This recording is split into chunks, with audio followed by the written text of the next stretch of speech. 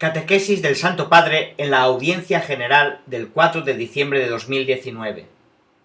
Lectura dramatizada. Queridos hermanos y hermanas, buenos días. El viaje del Evangelio a través del mundo prosigue sin pausa en el libro de los Hechos de los Apóstoles y atraviesa la ciudad de Éfeso, mostrando toda su fuerza salvadora. Gracias a Pablo, alrededor de 12 hombres reciben el bautismo en el nombre de Jesús y experimentan la efusión del Espíritu Santo que los regenera. Hechos 19 del 1 al 7. Diversos son además los prodigios que suceden por medio del apóstol. Los enfermos sanan y los obsesos son liberados. Hechos 19 del 11 al 12. Sucede porque el discípulo se parece a su maestro, Lucas 6:40, y lo hace presente comunicando a los hermanos la misma vida nueva que recibió de él. La potencia de Dios que irrumpe en Éfeso desenmascara a los que quieren usar el nombre de Jesús para hacer exorcismos sin tener la autoridad espiritual para ello. Hechos 19, 13 a 17. Y revela la debilidad de las artes mágicas, que son abandonadas por un gran número de personas que eligen a Cristo y abandonan las artes mágicas. Hechos 19, 18 a 19. Una auténtica sacudida para una ciudad como Éfeso, que era un centro famoso para la práctica de la magia. Lucas enfatiza así la incompatibilidad entre la fe en Cristo y la magia. Si eliges a Cristo, no puedes recurrir al mago.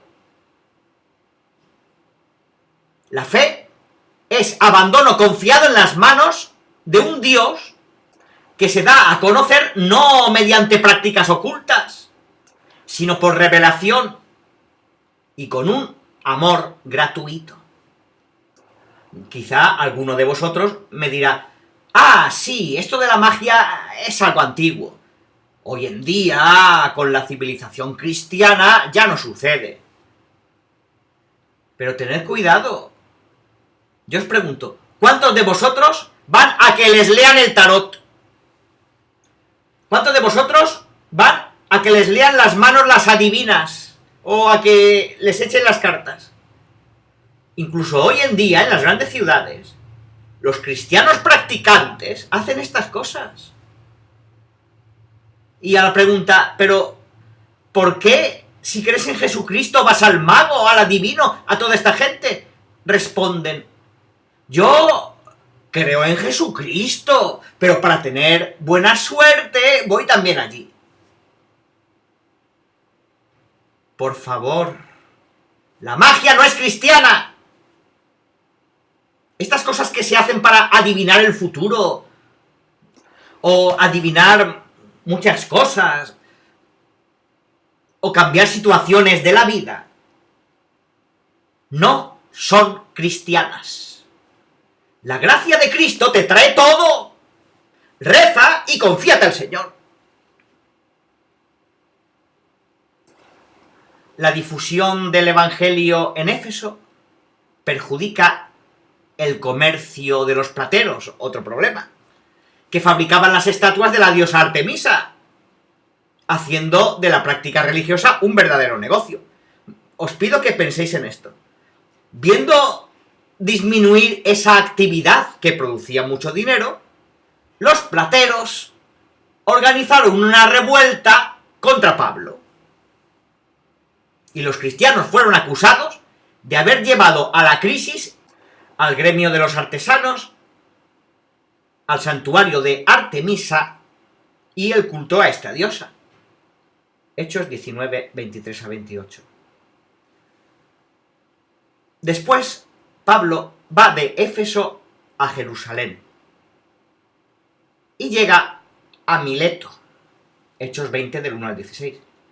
Aquí manda llamar a los ancianos de la iglesia de Éfeso, a los presbíteros, o sea, a los sacerdotes, para que hagan una transferencia de poderes pastorales. Estamos en las últimas etapas del ministerio apostólico de Pablo.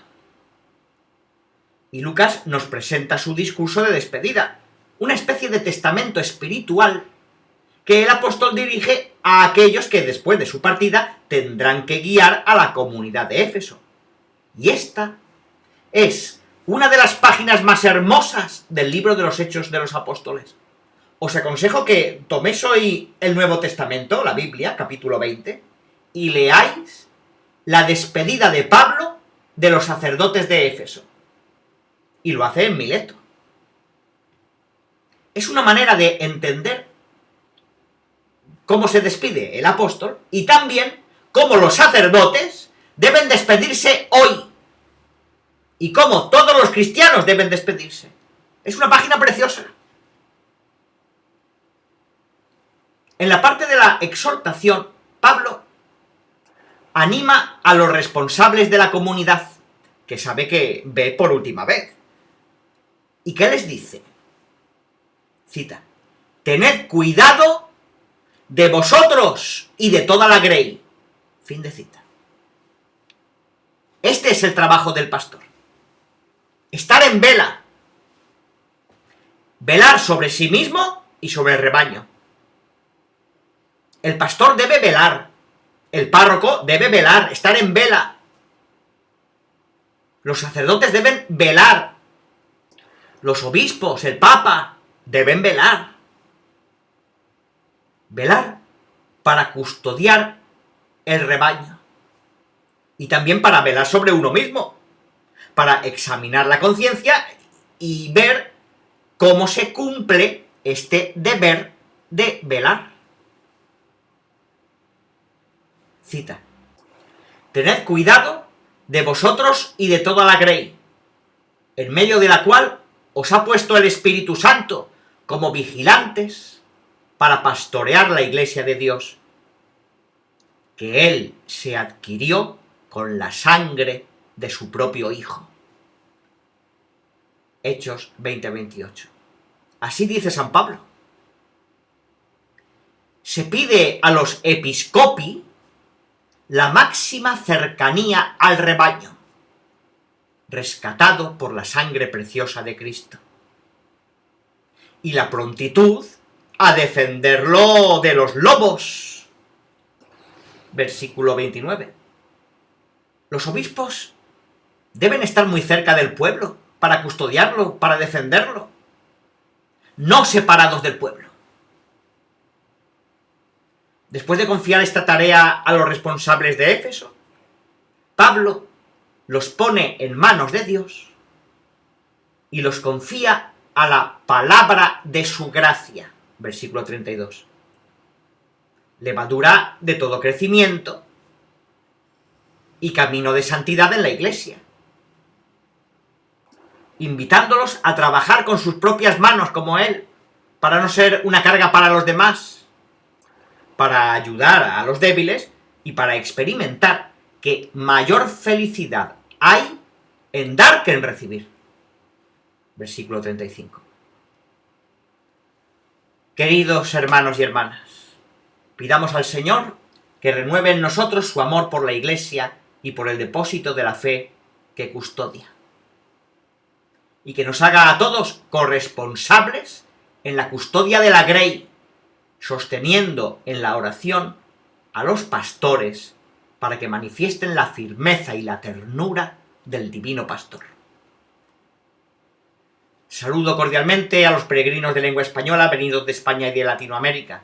Pidamos al Señor un renovado amor por la Iglesia, tomando conciencia de nuestra responsabilidad ante nuestros hermanos, y rezando además por los pastores para que revelen la firmeza y la ternura del buen pastor.